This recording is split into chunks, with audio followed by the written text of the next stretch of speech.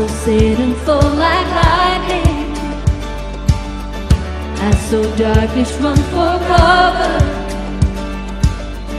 But the miracle that I just can't get over, my name is registered in heaven.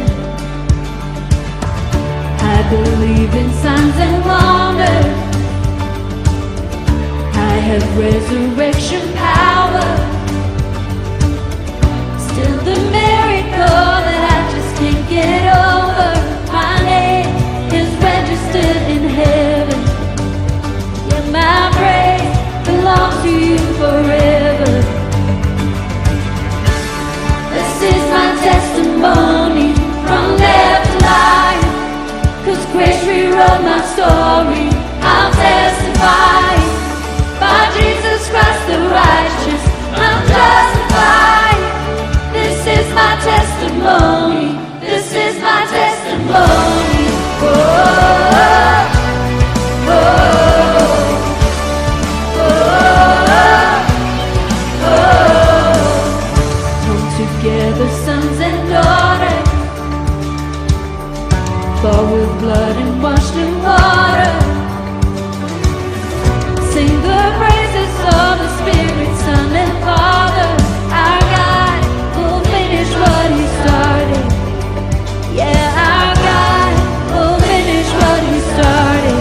Oh, this is my testimony from death to life, 'cause grace rewrote my story. I'll testify, by Jesus Christ the righteous, I'm justified. This is my testimony, this is my testimony. Oh, oh, oh, oh, oh, oh, oh. If I'm not in, you're not up. Greater things are still to come.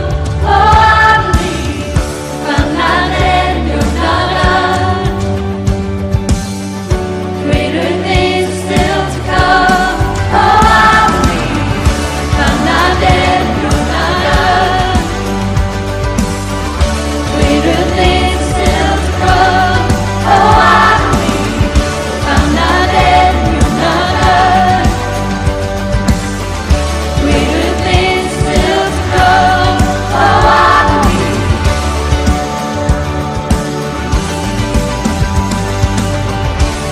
This is my testimony from death to life, 'cause grace rewrote my story. I'll testify, by Jesus Christ the righteous, I'm justified. This is my testimony, this is my testimony, this is my testimony from death to life, 'cause grace rewrote my story. I'll testify, by Jesus Christ the righteous, I'm justified. This is my testimony, this is my testimony. Oh, oh, oh, oh, oh.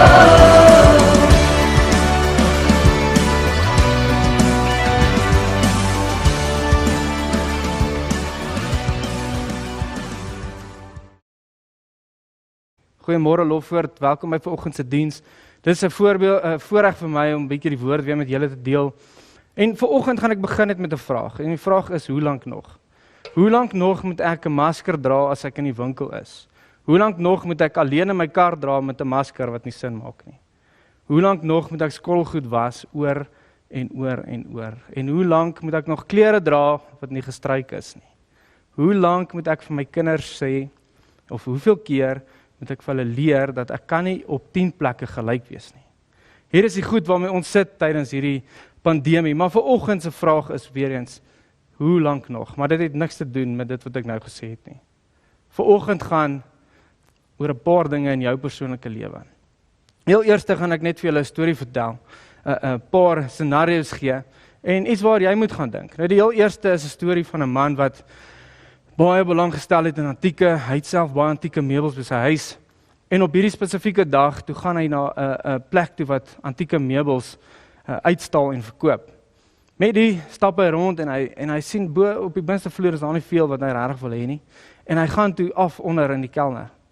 En onder sien hy 'n ordentlike ou antieke kas met 'n mooi laai wat oop skuif en agter daai laai is 'n versteekte laai.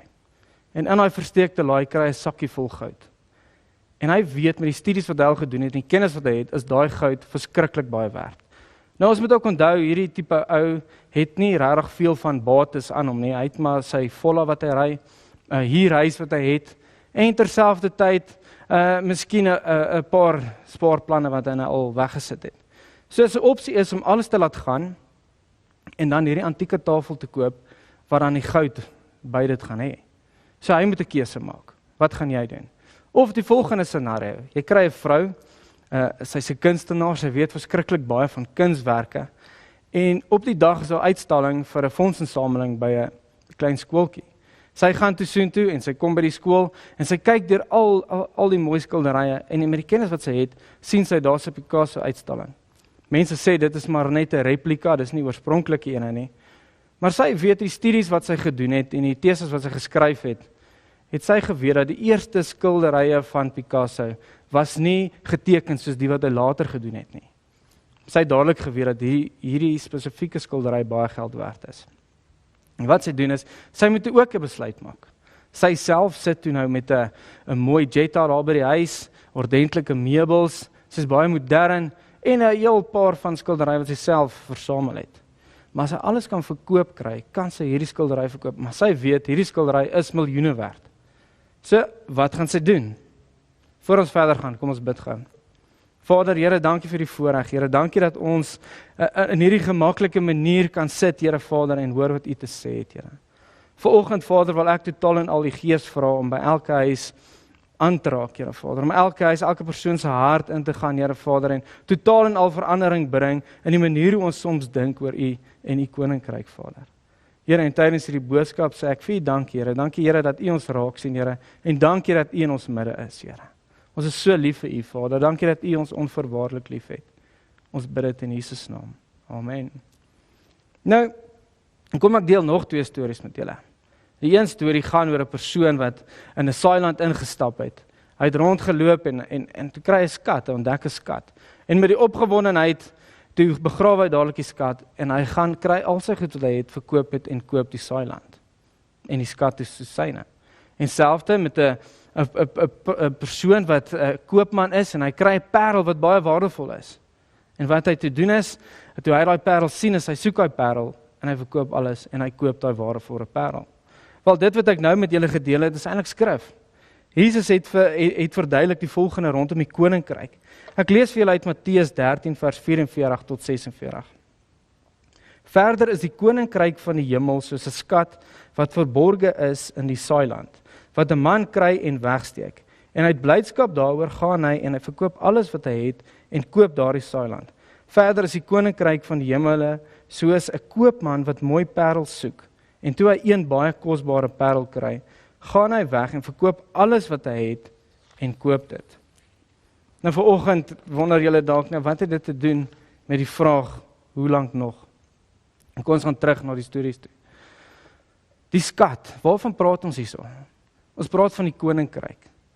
Nou daai persoon moes alles verkoop het om die land te kry met die skat. Beteken hy moes baie goed opgegee het. Maar die skat is die koninkryk. Nou wat is die koninkryk vir jou? Ons het dalk soms 'n mispersepsie of 'n miskonsep oor wat die koninkryk is. Die koninkryk is 'n plek waar ons lewe in oorwinning. Die koninkryk is 'n plek waar sekere dinge wat in jou lewe vir jou frustrasie is, of sekere goed wat jy 'n gewoonte is aan wat jy nie in jou lewe wil hê nie, is 'n plek waar jy vir die Here kan gee en hy kan dit wegvat. Die koninkryk is 'n plek waar jy in oorwinning lewe, waar jy meer as oorwinnaar is. En die koninkryk is ook 'n plek waar jy totaal en al skoon gewas is van jou sonde. Die koninkryk is ook ewige lewe.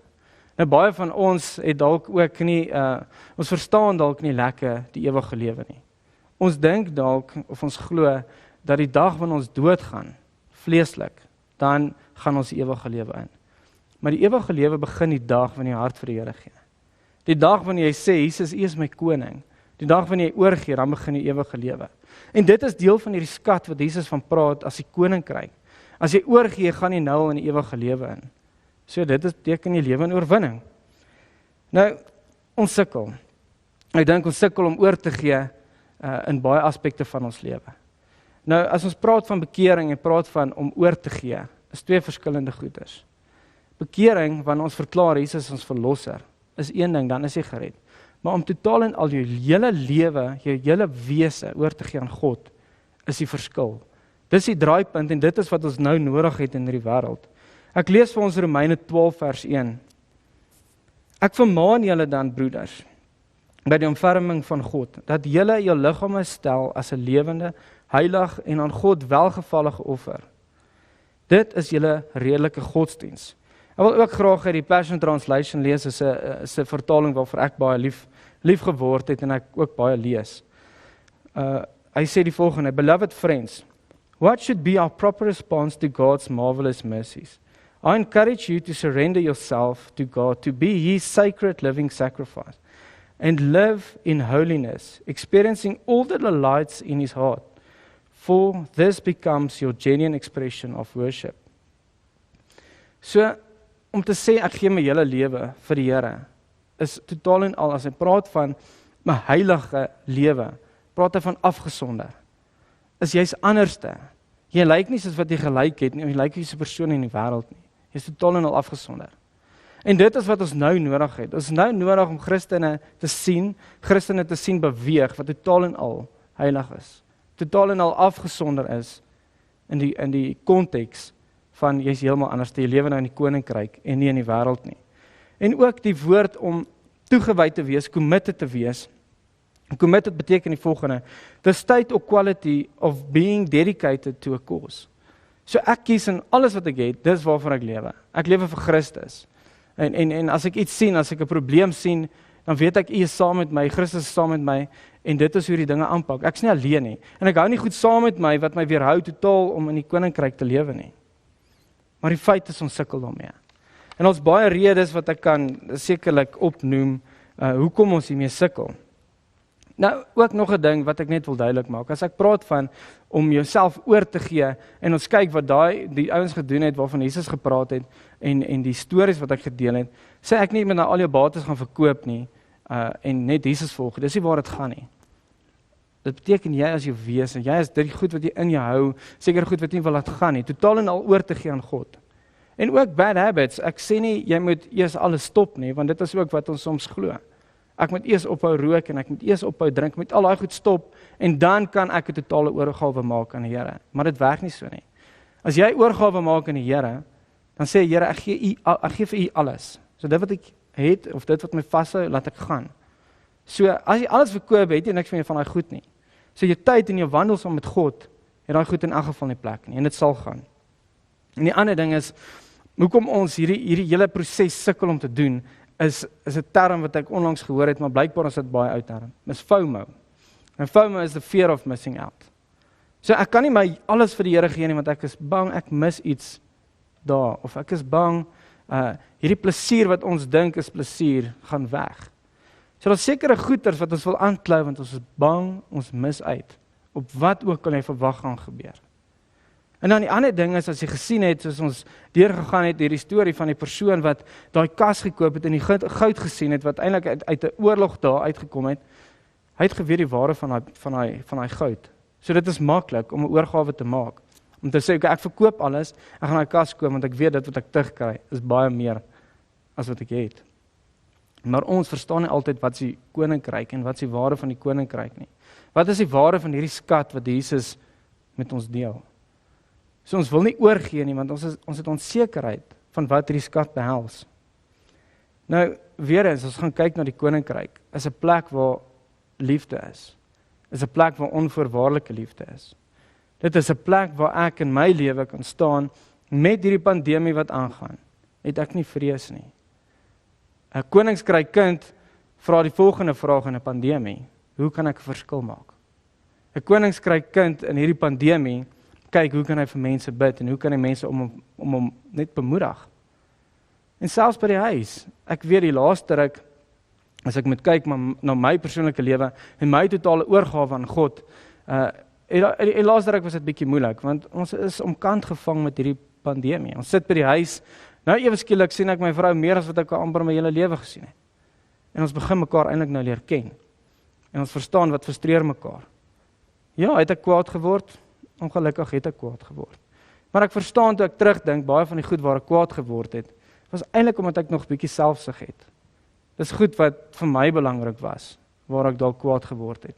En hulle nie in ag geneem het nie, my kinders. Ons baie goed is wat nou aangaan, en ons kan praat oor aggressie en hoe mense optree. En al hierdie goed gaan maar eintlik meer oor jouself. En dit is omdat ons nog by 'n plek gekom het van totale oorgawe, en gesê, Here, ek gee my hele lewe, my liggaam as 'n offer vir U.